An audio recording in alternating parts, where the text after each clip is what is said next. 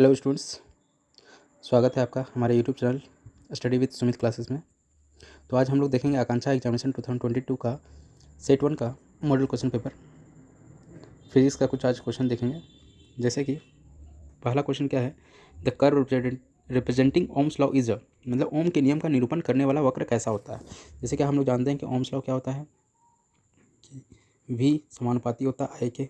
इस समानुपाती अगर हटता है तो क्या हो जाता है, एक कांस्टेंट आता है, स्थिरांक आता है, तो क्या आता है वो r आ जाता है। तो v equal to R I, तो i इधर आएगा तो क्या हो जाएगा v बटा आई बराबर r। ठीक है, तो ये जो r होता है ये क्या होता है, हमारा कांस्टेंट होता है, ऐसे ही रेजिस्टेंस कहते हैं।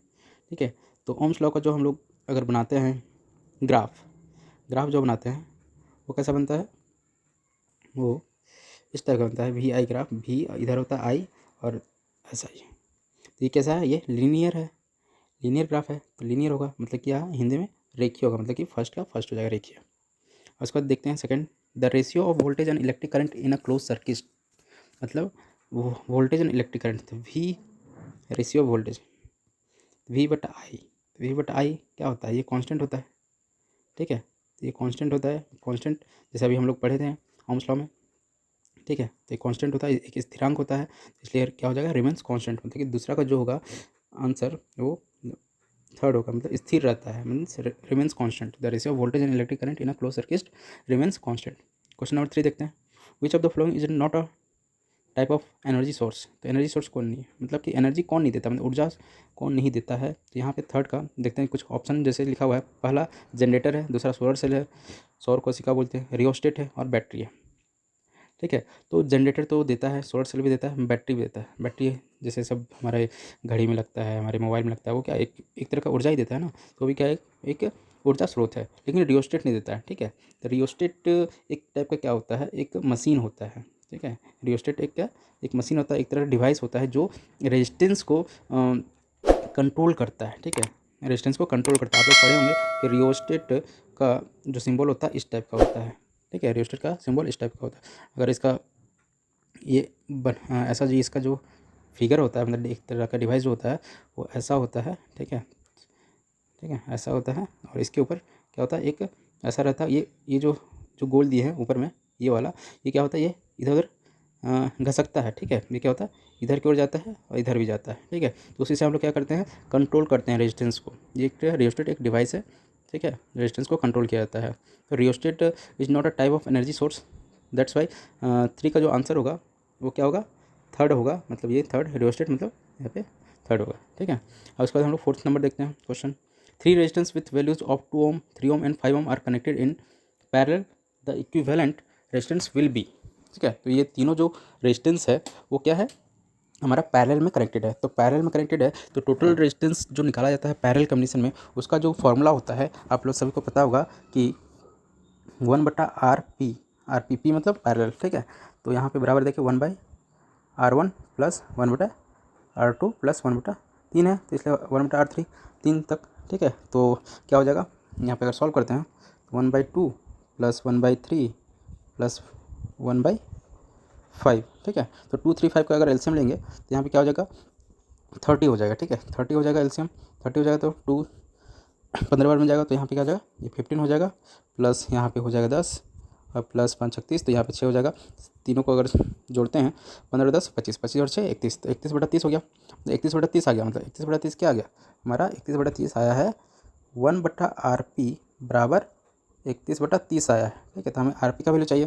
ठीक है, तो यहाँ 31/30 यहाँ ओम तो दिख रहा है, फर्स्ट क्वेश्चन में, फोर्थ का फर्स्ट क्वेश्चन में हमें दिख रहा है 31/30 ओम, लेकिन इसे हमें टिक नहीं करना है। क्यों, हमें क्योंकि जो आरपी जो है क्या डिनोमीटर में है, तो इसलिए अगर आरपी अगर निकालेंगे तो ये अगर रेसिप्रोकल करेंगे तो इसे क्या हो जाएगा, RP/1 बराबर क्या होगा 30/31, तो 30/31 ओम। तो RP/1 मतलब क्या होता है आरपी, तो आरपी बराबर क्या हो जाएगा 30/31 ओम हो जाएगा। तो इसलिए 30/31 ओम किस में है, फोर्थ का 2 में। ठीक है, तो इसलिए क्या होगा, फोर्थ का 2 इसका आंसर होगा। ठीक है, फोर्थ का 2। और उसके बाद देखते हैं आगे, एसआई यूनिट ऑफ पावर का जो एसआई यूनिट होता है, मतलब शक्ति की जो इकाई होता है वो क्या होता है, वाट होता है। ठीक है, आप लोग सबको याद रखना है। ठीक है, जूल जो होता है वो क्या होता है, वर्क का होता है, कार्य का होता है।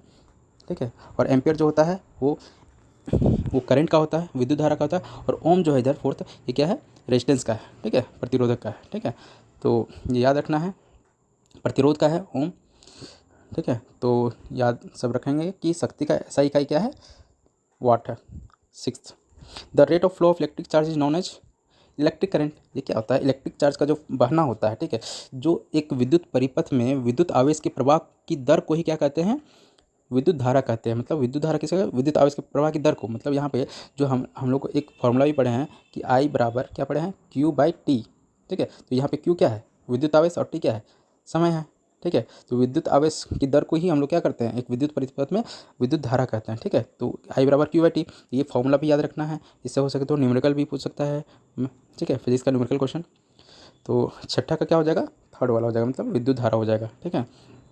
और उसके बाद देखना है the resistance of a conducting wire is inversely proportional to its, क्या होता है, ठीक है। मतलब कि एक चालक तार का प्रतिरोध विद क्रमानुपाती होता है। मतलब हम लोग देखो, हम लोग क्या एक पढ़े हैं कि प्रतिरोध किस पे डिपेंड करता है, ठीक है, कौन कौन से कारक पे डिपेंड करता है, ठीक है। तो the resistance of a conducting wire depends on length of wire, ठीक है। तो हम लोग एक फॉर्मूला पढ़े हैं, R प्रोपोर्शनल टू L/A, मतलब डायरेक्टली प्रोपोर्शनल होता है लेंथ ऑफ वायर के, और इनवर्सली प्रोपोर्शनल होता है एरिया ऑफ क्रॉस सेक्शन के। एरिया ऑफ क्रॉस सेक्शन मतलब होता है अनुप्रस्थ छेद के क्षेत्रफल का, ठीक है। तो यहाँ पे देखते हैं इनवर्सली दिया हुआ है, यहाँ क्वेश्चन में इनवर्सली दिया है, तो area of cross of section होगा, तो इसलिए 7 का क्या होगा, 2 होगा, मतलब 7 का क्या होगा, अनुप्रस्थ छेद के क्षेत्रफल का होगा, ठीक है। अगर यहाँ पे अगर पूछता डायरेक्टली प्रोपोर्शनल तो हम लोग क्या बोलते हैं, लेंथ बोलते हैं, तब हमारा लेंथ होता ऑप्शन सही, ठीक है। तो 7 का भी इसमें क्या होगा, 2 सही होगा, ठीक है। ये अगर आप लोग को और एक चीज़ में बता देते हैं कि ये जो हमारा R प्रोपोर्शनल टू L/A है, तो इसको जब प्रोपोर्शनल यहाँ पे हटता है तो इक्वल टू आता है, और क्या आता है, रो L/A। तो ये जो रो है, ये रो को ही क्या कहते हैं, प्रतिरोधकता कहते हैं, ठीक है। रेसिस्टिविटी, इंग्लिश में क्या रेसिस्टिविटी कहते हैं। तो R बराबर रो L/A, तो इसे भी याद रखना है, ठीक है। इससे हमारा कुछ न्यूमेरिकल क्वेश्चन आ सकता है, ठीक है।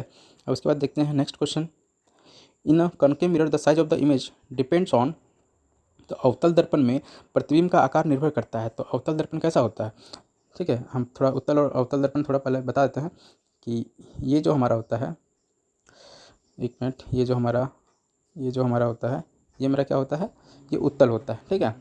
ये पॉलिश्ड इधर है, इस साइड क्या है, ये पॉलिश है, तो ये क्या हो गया, उत्तल हो गया। तो अवतल क्या हो जाएगा, अवतल हमारा क्या हो जाएगा, इधर से अगर ऐसा करते हैं तो ये मेरा ये हो गया अवतल दर्पण, ठीक है। ये अवतल दर्पण हो गया, ये उत्तल दर्पण हो गया। तो इसको याद कैसे करेंगे, ये देखिए यहाँ पे जो सरफेस है इधर वाला क्या उठा हुआ है, तो उठा हुआ है तो उसको उत्तल, उसे उठा उससे उत्तल, और ये क्या हमारा नीचे वाला अवतल दर्पण है, ठीक है, ठीक है। तो इसमें जो निर्भर करता है वो पोजीशन ऑफ द ऑब्जेक्ट पे करता है, जहाँ पे ऑब्जेक्ट रखा जाता है, तो वस्तु की स्थिति पर। वस्तु को बीम भी बोला जाता है, ये याद रखिएगा आप लोग कि बीम की प्रतिबिंब बनता है, ठीक है। तो यहाँ पे 8वां का जो सही उत्तर होगा, 8वां का वो क्या होगा, हमारा सेकेंड होगा, ठीक है, वस्तु की स्थिति पर, पोजीशन ऑफ द ऑब्जेक्ट पे, ठीक है, ठीक है।